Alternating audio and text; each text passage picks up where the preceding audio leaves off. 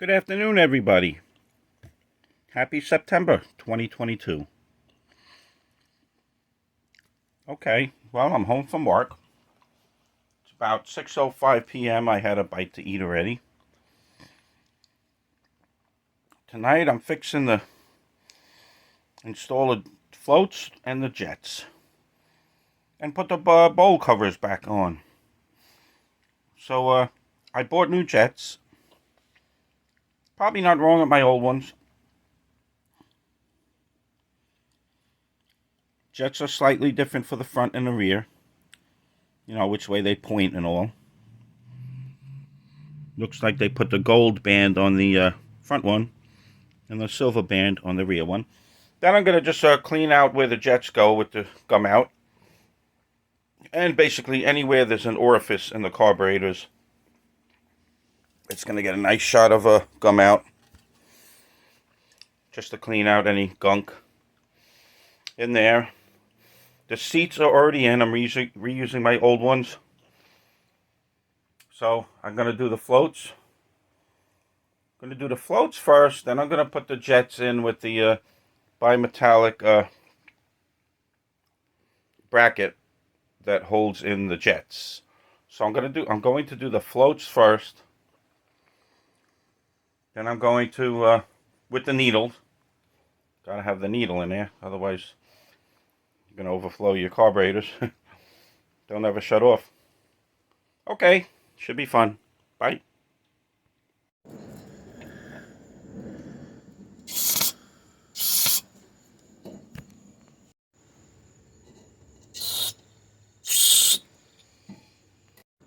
Alright, I cleaned everything. Now I'm gonna practice with the old float in the front carb. Because I don't know if the needle could fall out. I don't think it could fall out if the float is on. So the way I'm going to do this is I'm going to put the needle in and the float in simultaneously because I'm not in space. So I have gravity working against me here.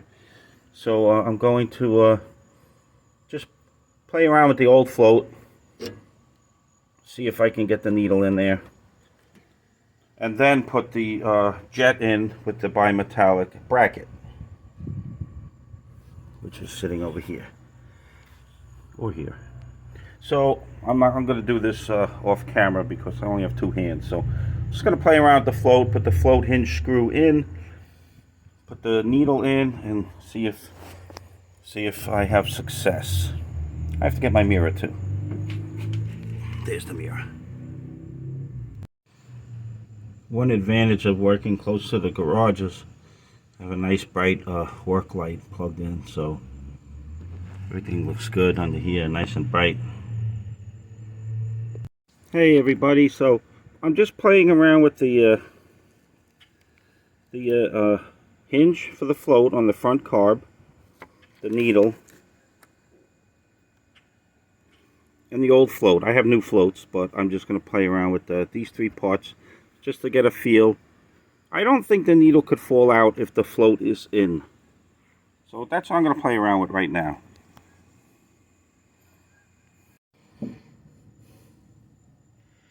Okay folks, so as you can see, I was able to get the needle in there and the float. Basically you have the float hanging down the front and you put the needle in through the back. Now I don't know if you could see this, but the needle is a little sluggish coming back, a little sluggish. Look, it's stuck. Oh, then it came down. Oh, now it's good. Okay.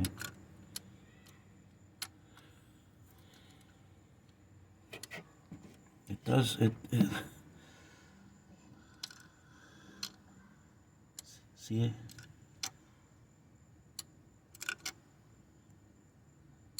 So I'm going to spray that with some gum out.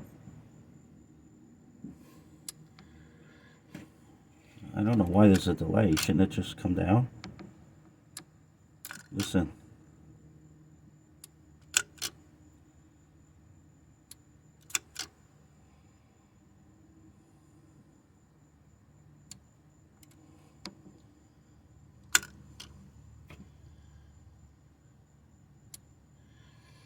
I don't know, maybe the Viton is sticking to the top. I'm not sure. I'm going to spray it with some gum out. Try it again. But you can put the needle in before you put the float hinge pin all the way. In other words, the float has to be hanging down here, and you kind of have the screw in it. You put the needle in, and then you push the float up, the tab up, then you put the screw in, and as you can see, the needle cannot fall out. So it's not hard to do.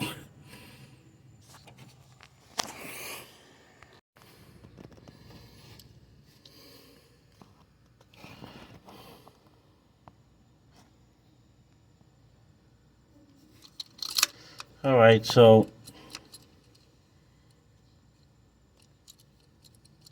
I gum mounted inside the needle and seat, and definitely is working well now.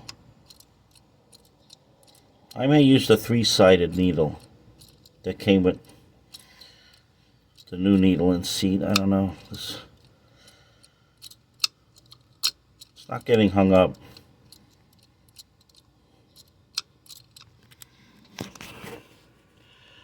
Sorry, it's a little hard to get the camera in here, but the needle's basically going, you can't see it, but it's going up and down nicely.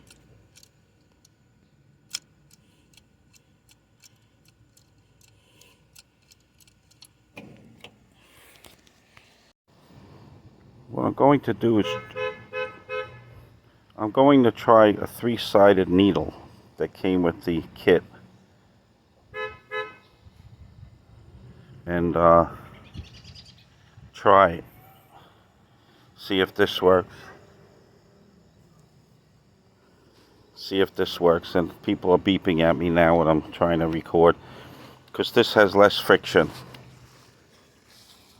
than the 4-sided older needle. So we'll give it a shot. It's a triangular cross section here. Alright, I was going to try this new seat, but it's just too different. It's got a smaller Viton tip than the old one.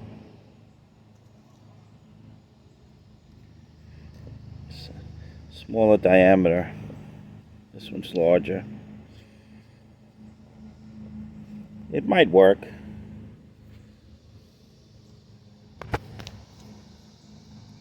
See, this one's triangular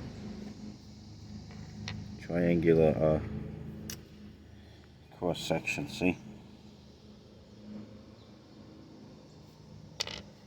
This one's a square.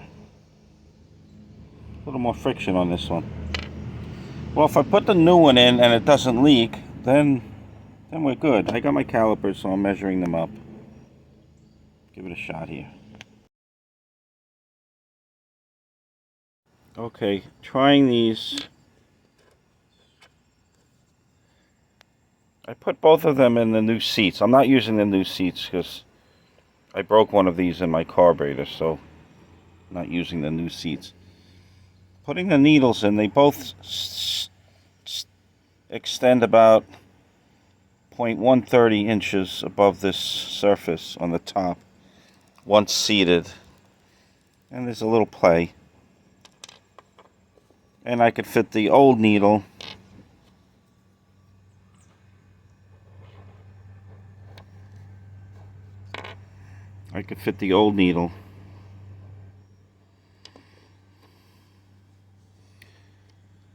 in the new seat also. And it sticks up about 0.130 from the top. So the overall height is the same. So I'm going to try the new one because maybe it's improved over the old one. And I didn't like the way my old one was sticking in the seat, so we'll give it a shot. This time I'm going to use the new float on the front carb.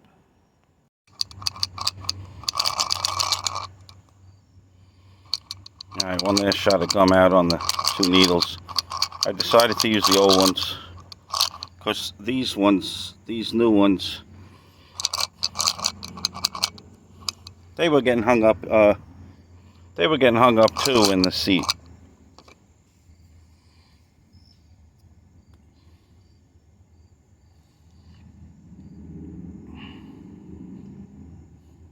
So just gonna clean these, put the old ones back in. Should be good to go. Okay, there's my front jet. Just got to seat it in here. And then gonna put just a tiny coat of oil on the outside of the jet. And then screw in the bracket, but I'm not going to tighten it yet. That's what it looks like.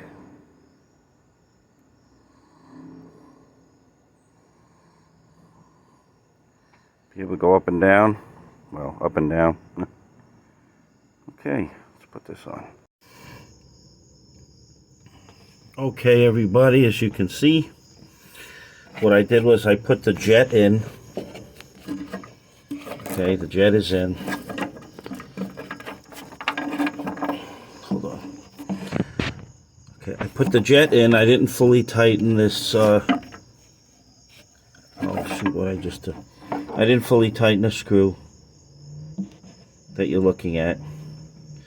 Now, you're gonna ask me, you're gonna wonder how I put the needle in and the float, okay? I had to develop a method. I had a number of ideas, but simply what I did was I took my right hand, here's my right finger, okay? I put the needle in and I held it with one finger with my right hand, and then I put with my left hand, I put the float in, not with the screw yet, just put the float in place, okay? So I put the float in place, held it, and then I put the float screw, where is it? Oh, it's over there, it's a little dark, it's dark out. There's the screw, it's dark out. But, okay, so it's in, so now I'm going to tighten everything, and the last thing I'm going to do is adjust the height of the float. And rinse and repeat for the rear carburetor. I'm sure that's going to be just as much fun. Alright, I tightened the hinge pin. Now I have to tighten the bimetallic strip and jet holder. Now, I just want to show you, this is critical. Like, the only thing preventing right now that needle from falling out is the float is hitting the jet right here. See? So when I go like that, see? The needle can't come out only because the jet is there. Okay? So I'm guessing that this float does not stops right about here, like,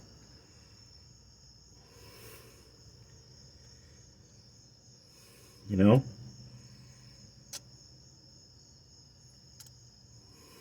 can't go any further. I think this part here, this is a stop. This part here that I'm going across here, that's a stop. That might hit something on the cover and stop the float. Right now it hits the jet. And that's the way the old ones were when I took them off, if you look at the other video. Alright, needles going up and down happily.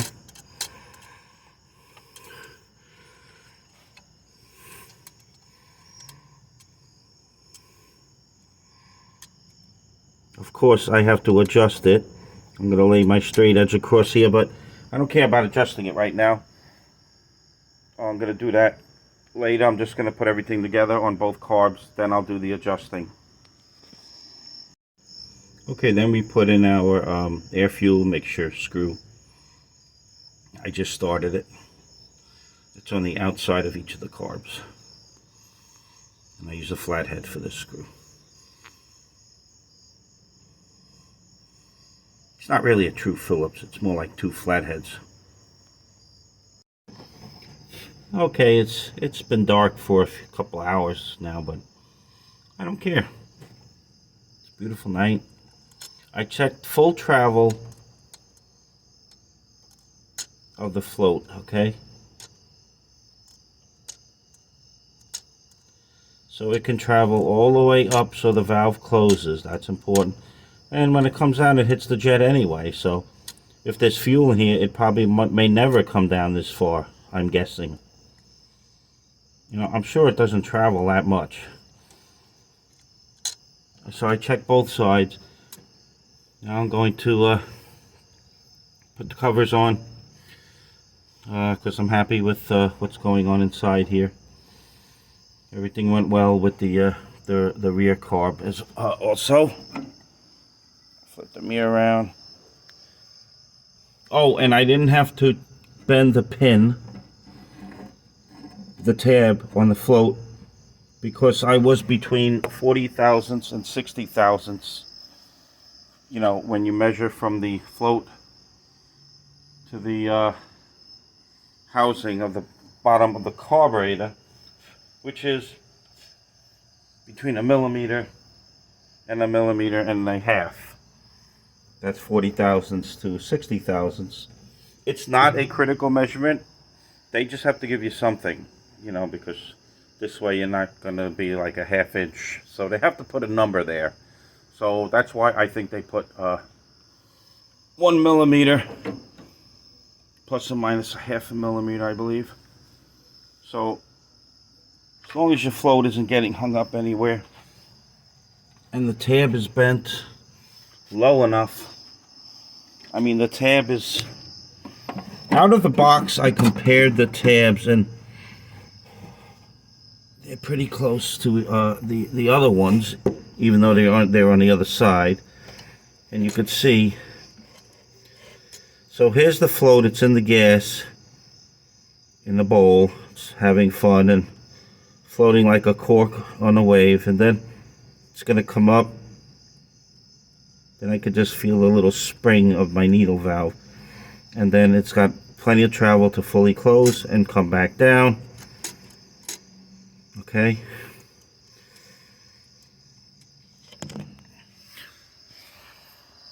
So it's not going to shut too soon. It's not going to shut too late. It's going to shut when it needs to so as not to flood the carburetor. So I'm going to put the covers on, adjust the jets, and then tomorrow I'll just go through the carb procedure to adjust the carb air fuel mixture and the sync, the unison, the synchronizing of the carbs and all that jazz. I checked the jets. They are going up and down. You should check that.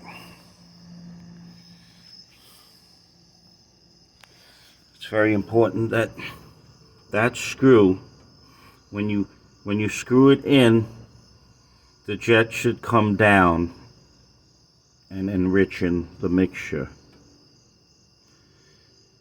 When you unscrew it, the jet goes up and leans out the mixture. So make sure that is doing what it's supposed to be doing in your carbs before you close everything up, because the last thing you want is close these up and then you can't adjust the air fuel mixture. That's no fun. Okay, bye. Okay, everybody, what I did was I just turned the jet, you know, a little bit below the surface of the shelf, a couple turns. That's a good starting position to tune the carbs. I put the both bowl covers are on, all nice.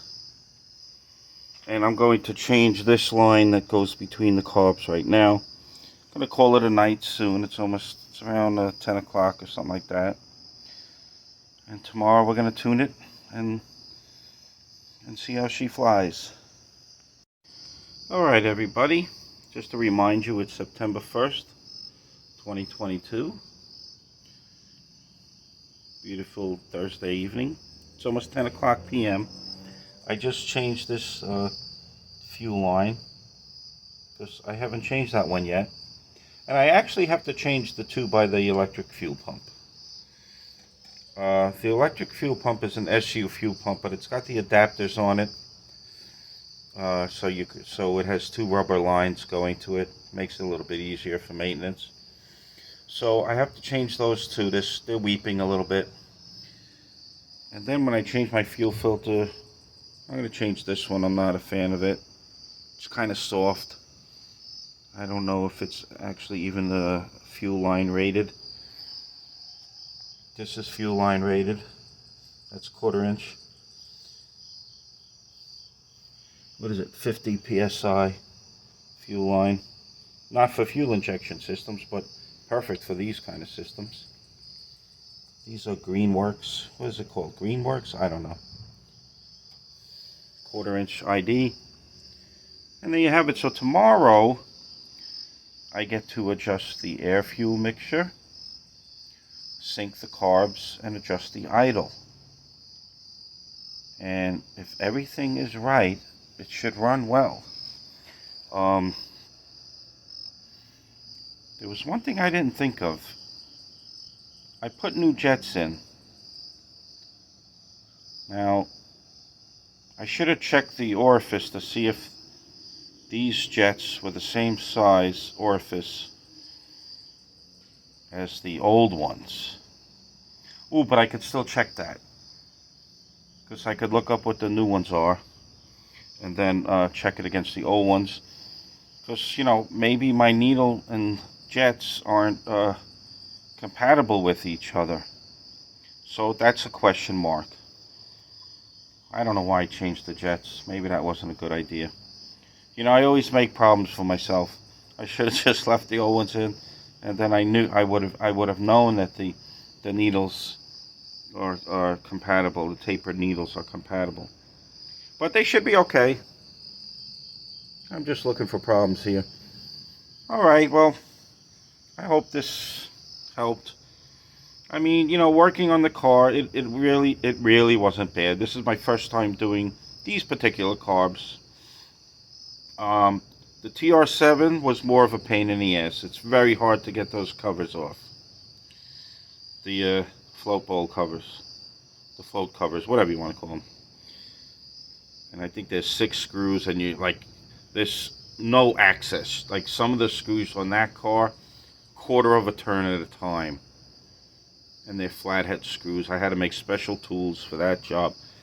But the needle and seat were easier on that car to do on the car with gravity working against you. So this car was much easier than a TR7. I don't know if you saw what I did earlier to prevent the needle valve, the needle from falling out of the seat. I just flipped the car upside down, and that enabled me to get the float on without the needle falling out of the seat. Okay, I'm joking. If you look, I do explain how I did it earlier. Okay, thanks for watching, everybody. Have a great Labor Day weekend. Okay, bye. Just one more thing about this car really quick. I never took the tops of the carbs off to look at the springs and the pistons and the needles. But the pistons go up and they come down fast like they're supposed to. The oil dampens them. So I don't know what else I have to do. I mean, I felt the needles. I pushed up on them. I could feel a little spring up there. So that seems to be fine. So hopefully the top of the carbs is okay. If not, I could check it out. It's just 3 screws and the tops come off. Okay. Good night, everybody.